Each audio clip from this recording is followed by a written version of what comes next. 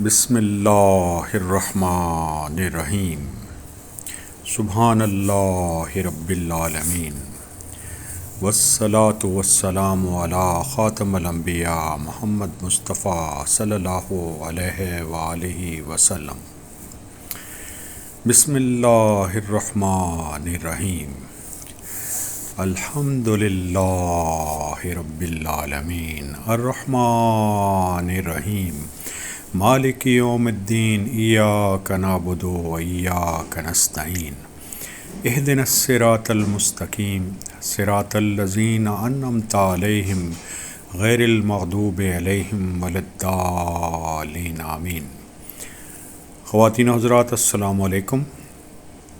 ہم اب تک سورہ البقرہ کی 110 آیت تک تفسیر سمجھ چکے ہیں، اور آج ہم انشاءاللہ 111 سے 120 آیت تک تفسیر سمجھیں گے۔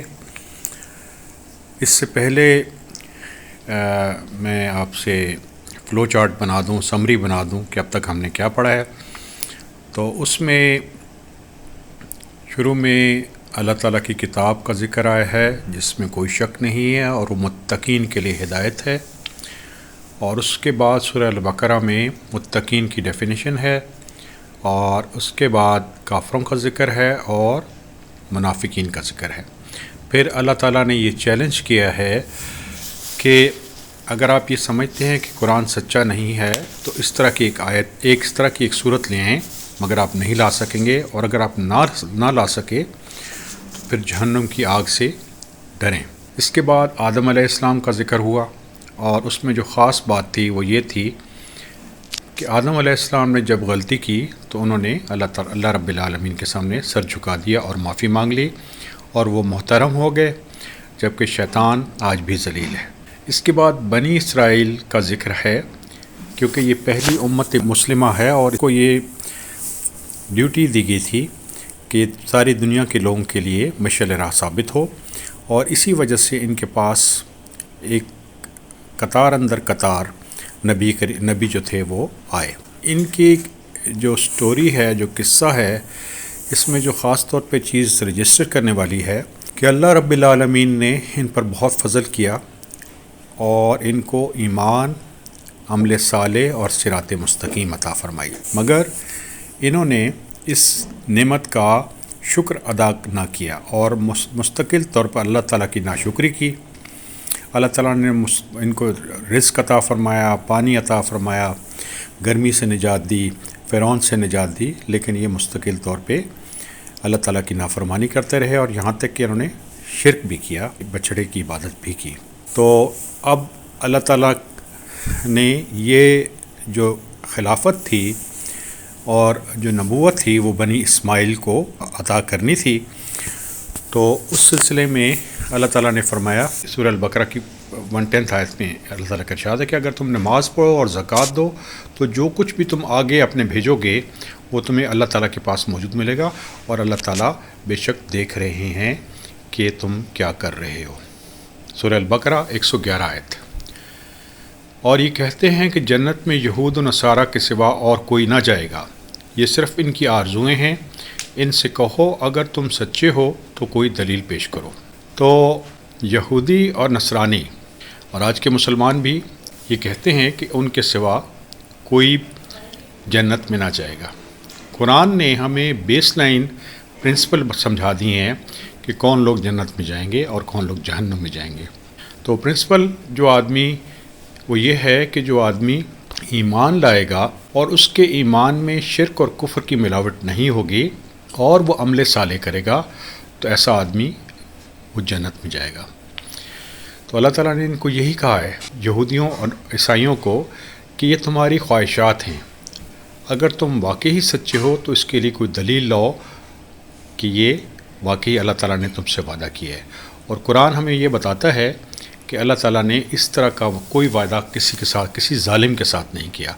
یہ صرف اور صرف متقی لوگوں کے لیے اللہ تعالیٰ کا وعدہ ہے کہ جن کے پاس ایمان اور عمل صالح ہوگا وہی جنت میں جائیں گے۔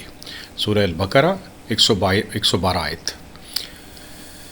سنو، جو بھی اپنے آپ کو خلوص کے ساتھ اللہ کے سامنے جھکا دے گا بے شک اس کو اس کے رب پورا بدلہ عطا فرمائیں گے، اور اس پر نہ تو کوئی خوف ہوگا نہ ہی غم اور اداسی۔ الفاظ استعمال ہوئے ہیں بلا من اسلم وجہ للہ وہو محسن۔ تو اللہ تعالیٰ کے سامنے سر جھکانے کا مطلب کیا ہے؟ اللہ تعالیٰ کے سامنے سر جھکانے کا، سبمٹ کرنے کا مطلب یہ ہے کہ جو بھی ہدایات اللہ تعالیٰ نے اللہ کے رسول صلی اللہ علیہ وآلہ وسلم کو عطا فرمائی اور اس سے پہلے کے انبیاء کو عطا فرمائی، تو جس نے ان ہدایات کو مان لیا، اپنا سر جھکا دیا رب العالمین کے سامنے کہ میں ان تمام ہدایت کو فالو کروں گا، تو ایسا آدمی اگر وہ کے ساتھ اس کی جو سیکنڈ کوالٹی بتائی گئی ہے وہ محسن کی ہے۔ محسن جو ہے متقین کا ہائیسٹ شیڈ ہے۔ جب بھی کوئی آدمی مکمل طور پر ایمان میں شامل ہو جاتا ہے، مومن بن جاتا ہے، تو اس کے ایکشنز ایسے ہوتے ہیں کہ وہ سوسائٹی میں احسان کرنے والا ہوتا ہے، اپنے لوگوں سے مہربانی سے پیش آنے والا ہوتا ہے، وہ گناہ اور فسق کے کاموں سے دور ہو جاتا ہے۔ تو دو ریکوائرمنٹس ہیں، پہلی چیز رب العالمین کے سامنے سر جھکا دینا، اور دوسرا احسان کرنا۔ ایسے لوگوں کا اجر اللہ رب العالمین کے پاس ہے، اور ان کو نہ تو کوئی خوف ہوگا اور نہ ہی وہ غمگین ہوں گے۔ یہ بشارت جو ہے یہ اللہ تعالیٰ نے آخرت کے بارے میں عطا فرمائی ہے کہ آخرت کے دن ایسا متقی آدمی جس نے رب العالمین کے سامنے سر جھکا دیا ہو اور وہ محسن بھی ہو، تو اس کو کوئی خوف بھی نہیں ہوگا اور نہ وہ غمگین ہوگا۔ سورہ البقرہ 113 آیت۔ یہود کہتے ہیں کہ نصرانی حق پر نہیں، اور نصرانی کہتے ہیں کہ یہودی حق پر نہیں، حالانکہ یہ سب لوگ تورات پڑھتے ہیں۔ اسی طرح ان ہی جیسی بات بے علم لوگ بھی کہتے ہیں، قیامت کے دن اللہ ان کے اختلاف کا فیصلہ فرمائیں گے، جو اختلاف کرتے ہیں اس کے درمیان اللہ تعالیٰ فیصلہ فرما دیں گے۔ تو یہودیوں نے اور عیسائیوں نے ایک نیا دین ایجاد کر لیا اپنا، جو کہ اس دین سے مختلف تھا جو پیغمبروں نے ان کو بتایا۔ اب وہ ایک دوسرے کو یہ کہتے ہیں کہ آپ کے پاس کچھ نہیں ہے، یہودی عیسائیوں کو کہتے ہیں اور عیسائی یہودیوں کو کہتے ہیں، لیکن اللہ تعالیٰ کا ارشاد ہے کہ یہ دونوں تورات پڑھتے ہیں۔ اگر یہ تورات کو قائم کر لیتے تو اس صورت میں یہ کامیاب ہو جاتے، اور یہ جو آپس میں اختلاف کر رہے ہیں، اللہ تعالیٰ قیامت کے دن ان کے درمیان فیصلہ کریں گے کہ کون صحیح تھا اور کون غلط تھا۔ سورہ البقرہ 114 آیت میں اللہ تعالیٰ کا ارشاد ہے کہ اس شخص سے بڑھ کر ظالم کون ہے جو اللہ تعالیٰ کی مسجدوں میں اللہ تعالیٰ کا ذکر کیے جانے سے روکے اور ان کی بربادی کی کوشش کرے۔ ایسے لوگوں کو خوف کھاتے ہوئی اس میں جانا چاہیے، اور ان کے لیے دنیا میں بھی رسوائی ہے اور آخرت میں بھی بہت بڑا عذاب ہے۔ تو بنیادی طور پر مساجد جو ہیں ان کا قیام کا مقصد یہ ہے کہ وہاں پہ اللہ تعالیٰ کا ذکر کیا جائے، اور جو وہاں پہ جانے سے روکتا ہے اس کے لیے اللہ تعالیٰ کی سے وعید ہے کہ وہ اس میں خائف ہو کے جائے گا، اور اس کو دنیا میں بھی بہت رسوائی ملے گی اور آخرت میں بھی اس کو ایک عظیم عذاب ملے گا۔ عذاب عظیم جیسے ہم نے پہلے نوٹ کیا تھا، یہ کفار کے لیے ہے۔ کوئی بھی آدمی جو مومن ہوگا وہ کبھی بھی لوگوں کو اللہ تعالیٰ کی مساجد میں جانے سے نہیں روکے گا۔ یہ صرف اور صرف کافر ہوتے ہیں جو کہ اللہ تعالیٰ کی مساجد میں لوگوں کو جانے سے روکتے ہیں، اور ان کے بارے میں اللہ تعالیٰ نے فرما دیا ہے کہ آخرت میں ان کو عذاب عظیم ملے گا۔ سورہ البقرہ 115 آیت۔ اللہ تعالیٰ کا ارشاد ہے وَلِلَّهِ الْمَشْرِقِ وَالْمَغْرِبِ فَأَيْنَمَا تَوَلُّوا فَثُمَّ وَجْهُ اللَّهِ إِنَّ اللَّهَ وَاسِعٌ عَلِيمٌ۔ اور مشرق اور مغرب کے مالک تو اللہ ہی ہیں، تم جدھر بھی منہ کرو ادھر اللہ تعالیٰ کو ہی سامنے پاؤ گے۔ اللہ تعالیٰ کشادگی اور وسعت والے ہیں اور بڑے علم والے ہیں۔ تو یہ پوری کائنات، اس میں سمت میٹر نہیں کرتی، لیکن جو اس کی روح میٹر کرتی ہے کہ آپ اللہ تعالیٰ کی عبادت کو خلوص سے کرنا چاہیے، کیونکہ مشرق اور مغرب اللہ تعالیٰ کے لیے ہیں، اور جہاں بھی ہم اپنا چہرہ پھیریں گے تو اللہ تعالیٰ کا ہی چہرہ ہمیں نظر آئے گا۔ اور اللہ تعالیٰ جو ہیں اس کائنات میں ان کا علم بہت وسیع ہے۔ سورہ البقرہ 116 آیت۔ اور یہ کہتے ہیں کہ اللہ تعالیٰ کی اولاد ہے اور وہ پاک ہیں، زمین و آسمان کی تمام مخلوق ان کی ملکیت ہے اور ہر ایک اس کا فرمانبردار ہے، ان کا فرمانبردار ہے۔ تو ہم اگر غور کریں تو یہ عقیدہ یہودیوں میں بھی پایا جاتا تھا اور عیسائیوں میں بھی پایا جاتا ہے کہ اللہ تعالیٰ نے اپنے لیے ایک بیٹا چن لیا۔ اس کے جواب میں اللہ تعالیٰ کا ارشاد ہے سبحانہ، یعنی اللہ تعالیٰ اس چیز سے بہت بلند ہیں۔ یہ اینیمل انسٹنکٹ ہے کہ اولاد ہو، اور ہمیں اولاد اس لیے چاہیے ہوتی ہے کہ بڑھاپے میں وہ ہمارا سہارا بنے۔ اللہ تعالیٰ تو ان تمام کمزوریوں سے بلند ہیں، اللہ تعالیٰ کو اس طرح کی چیز ضرورت نہیں ہے۔ قرآن بہت واضح ہے اس سلسلے میں، اللہ تعالیٰ کا ارشاد ہے قل هو اللہ احد، اللہ تعالیٰ ایک ہیں، اللہ الصمد، اللہ تعالیٰ بے نیاز ہیں۔ اللہ تعالیٰ پر تمام کائنات ڈیپینڈنٹ ہے، لیکن اللہ تعالیٰ کسی بھی چیز یا کسی بھی انسان پر یا کسی جن پر یا فرشتے پر ڈیپینڈنٹ نہیں ہے۔ لم یلد ولم یولد، نہ تو اللہ تعالیٰ کی کوئی اولاد ہے اور نہ ہی اللہ تعالیٰ کسی کی اولاد ہیں۔ ولم یکن لہ کفوا احد، اور اللہ تعالیٰ کی طرح اس کائنات میں کوئی نہیں ہے، اللہ تعالیٰ کا کوئی ہمسر نہیں ہے۔ تو اس کائنات میں جو کچھ بھی ہے زمین و آسمان میں، وہ تمام کی تمام چیزیں اور مخلوق اللہ رب العالمین کے سامنے فرمانبردار ہیں۔ جب آپ نے یہ چیز سمجھ لی تو آپ توحید تک پہنچ گئے، اور جب آپ نے یہ سمجھ لیا کہ اللہ الصمد، کہ اللہ تعالیٰ کو کسی چیز کی ضرورت نہیں ہے لیکن ہمیں اللہ تعالیٰ کی ضرورت ہے، تو اس صورت میں آپ کا ایمان خالص ہو جاتا ہے اور آپ یہ کہتے ہیں ایاک نعبد و ایاک نستعین، کیونکہ ہمیں یہ پتہ ہوتا ہے کہ اللہ تعالیٰ کا کوئی ہمسر نہیں ہے، تو ہم اللہ تعالیٰ کی ہی عبادت خالص کرتے ہیں اور اللہ تعالیٰ سے ہی مدد مانگتے ہیں۔ جس آدمی نے اللہ تعالیٰ کو چھوڑ کر کوئی اور خدا بنا لیا اور شرک کی طرف چلا گیا، تو اللہ تعالیٰ کا ارشاد ہے کہ میں اس گناہ کو معاف نہیں کروں گا، ہو سکتا ہے میں تمہارے باقی سارے گناہ معاف کر دوں۔ یہ میں نے کوٹ کی ہے سورہ النساء 48 آیت۔ یہی بات سورہ النساء کی 116 آیت میں بھی لکھی ہوئی ہے، سورہ البقرہ 117 آیت۔ اور زمین اور آسمان کو پیدا کرنے والے ہیں اللہ تعالیٰ، وہ جس کام کا کرنا چاہتے ہیں وہ کہہ دیتے ہیں کہ ہو جاؤ، بس وہ ہو جاتا ہے۔ بدیع السماوات والارض وَإِذَا قَضَىٰ أَمْرَهُ فَإِنَّمَا يَقُولُ لَهُ كُن فَيَكُونُ۔ تو یہ کوالٹی جو ہے اس پوری کائنات میں کسی کے پاس نہیں ہے، کن فیکون کی کوالٹی کسی کے پاس نہیں ہے سوائے اللہ رب العالمین کے۔ تو اللہ رب العالمین کو اولاد کی ضرورت نہیں ہے، کیونکہ وہ جو چاہتے ہیں وہ اس کائنات میں ہو جاتا ہے۔ سورہ البقرہ 118 آیت۔ اور اسی طرح بے علم لوگوں نے بھی کہا کہ خود اللہ تعالیٰ ہم سے بات کیوں نہیں کرتے، یا ہمارے پاس کوئی نشانی کیوں نہیں آتی۔ اس طرح کی ایسی ہی بات ان کے اگلوں نے بھی کہی تھی، ان کے اور ان کے دل یکساں ہو گئے، ہم نے تو یقین والوں کے لیے نشانیاں بیان کر دی ہیں۔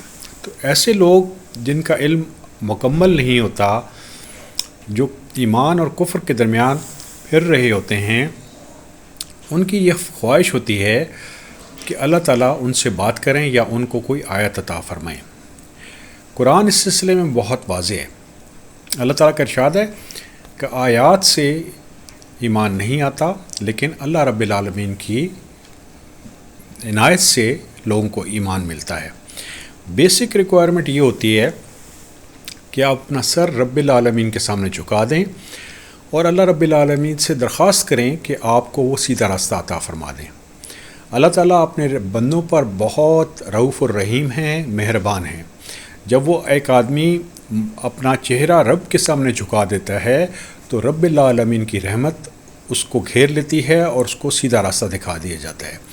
اور جو لوگ اس طرح کی باتیں کرتے ہیں، اس سے پہلے بھی لوگ اس طرح کی باتیں کرتے رہے ہیں کہ ہمیں کوئی آیت کیوں نہیں دکھا دی، یا ہمیں اللہ تعالیٰ خود کیوں ہم سے بات نہیں کرتے۔ اللہ تعالیٰ نے فرمایا ہے کہ میں نے اپنی آیات ان لوگوں کے لیے واضح کر دی ہیں جو ایمان لائے۔ قرآن اس سلسلے میں بہت وضاحت سے بتاتا ہے ہمیں کہ اللہ تعالیٰ کو موت نہیں ہے۔ اللہ لا الہ الا هو الحی القیوم، قرآن اس سلسلے میں ہمیں بہت واضح طریقے سے بتاتا ہے کل یومن ہو وفی شان، کہ اللہ سورہ الرحمن سے میں کوٹ کر رہا ہوں کہ اللہ تعالیٰ کا ارشاد ہے کہ اللہ تعالیٰ ڈیلی یونیورسل پار ایکسرسائز کرتے ہیں، اور قرآن ہمیں یہ بتاتا ہے کہ جو ایمان لاتا ہے اللہ تعالیٰ اس کو اپنی نشانیاں دکھا دیتے ہیں اپنے جسم میں بھی اور آفاق میں بھی۔ مومنین کے لیے آیات کی کمی نہیں ہے، اور اللہ تعالیٰ یہ انشور کرتے ہیں کہ اپنے مومن بندے کو تمام قسم کی نشانیاں دکھا دی جائیں تاکہ وہ اس کا ایمان مضبوط ہو جائے۔ سورہ البقرہ 119 آیت۔ ہم نے آپ کو حق کے ساتھ خوشخبری دینے والا اور ڈرانے والا بنا کر بھیجا ہے، اور جہنمیوں کے بارے میں آپ سے پرسش نہیں ہوگی۔ تو اللہ تعالیٰ کا ارشاد ہے کہ ہم نے حق کے ساتھ آپ کو بشارت دینے والا اور ڈرانے والا بنا کے بھیجا ہے۔ یہ دو آسپیکٹس ہیں نبی کریم صلی اللہ علیہ وآلہ وسلم کے، بشیر اور نذیر۔ بشیر سے مراد ہے کہ ان لوگوں کو بشارت دے دی جائے جو ایمان لے آئے ہیں کہ اللہ تعالیٰ ان پر رحم فرمائیں گے اور ان کو ایٹرنل لائف جنت کی صورت میں عطا فرمائیں گے، اور نذیر سے مراد ہے جو وارن کرے لوگوں کو کہ اگر تم نے اللہ رب العالمین کی بات نہ مانی تو اس صورت میں تمہیں ایک بہت مشکل دن کا سامنا کرنا پڑے گا، اور اس مشکل دن کے بعد ایسے آدمی کا جو کفر کرے گا اس کا ٹھکانہ جہنم میں ہوگا۔ اور اللہ رب العالمین نے فرمایا ہے قرآن میں کہ ہم نے آپ کو وارڈن بنا کے ان کے اوپر نہیں بھیجا، لیکن ہم نے آپ کو بشیر اور نذیر بنا کے بھیجا ہے، اور آپ سے اس چیز کا سوال نہیں کیا جائے گا کہ جو لوگ جہنم میں جائیں گے، کیونکہ قرآن اس سلسلے میں بہت واضح ہے۔ نبی کریم صلی اللہ علیہ وآلہ وسلم کا مقصد آنے کا یہ تھا کہ وہ لوگوں کو بشارت دے دیں اور جو بات نہیں مان رہے ان کو وارن کر دیں۔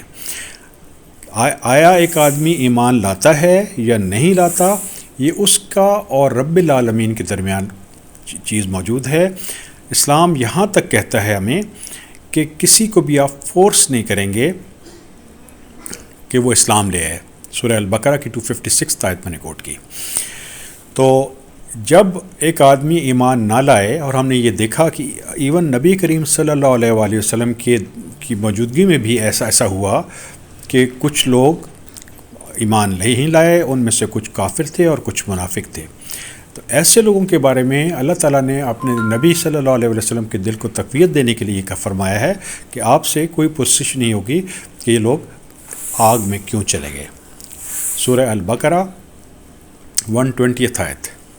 اور آپ سے یہودی اور نصرانی ہرگز راضی نہیں ہوں گے جب تک آپ ان کے مذہب کے تابع نہ ہو جائیں۔ آپ کہہ دیجئے اللہ تعالیٰ کی ہدایت ہی ہدایت ہے، اور اگر آپ نے باوجود اپنے پاس علم آ جانے کے پھر ان کی خواہشوں کی پیروی کی تو آپ کے پاس تو اللہ تعالیٰ کے پاس آپ کا نہ تو کوئی ولی ہوگا نہ مددگار۔ تو یہودیوں کی یہ خواہش تھی کہ وہ مسلمانوں کو یہودی یا عیسائی بنا دیں، لیکن اللہ تعالیٰ نے یہ فرما دیا کہ ہدایت تو وہی ہے جو اللہ تعالیٰ کسی کو عطا فرما دیں۔ ہدایت یہ ہے کہ اللہ تعالیٰ نے قرآن نازل کیا اور اس میں واضح نشانیاں بتائیں اور اس میں فرقان دیا اور لوگوں کو ہدایت دی کہ کیسے زندگی گزارنی ہے۔ نبی کریم صلی اللہ علیہ وآلہ وسلم اس ہدایت کے عین مطابق اپنی زندگی گزارے تھے اور لوگوں کو یہ بتا رہے تھے کہ کس طریقے سے مسلمین نے زندگی گزارنی ہے۔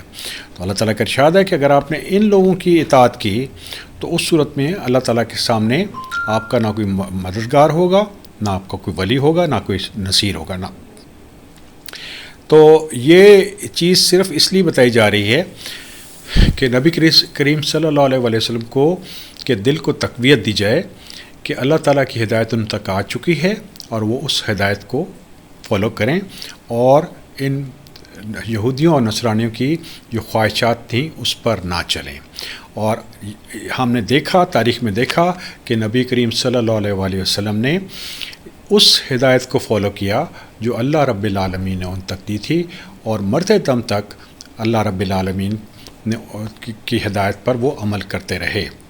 اللہ تعالیٰ سے دعا ہے کہ اللہ تعالیٰ ہمیں سیدھا راستہ عطا فرمائیں، وہ راستہ جس پر حضرت محمد صلی اللہ علیہ وآلہ وسلم چلتے تھے۔ الحمدللہ رب العالمین۔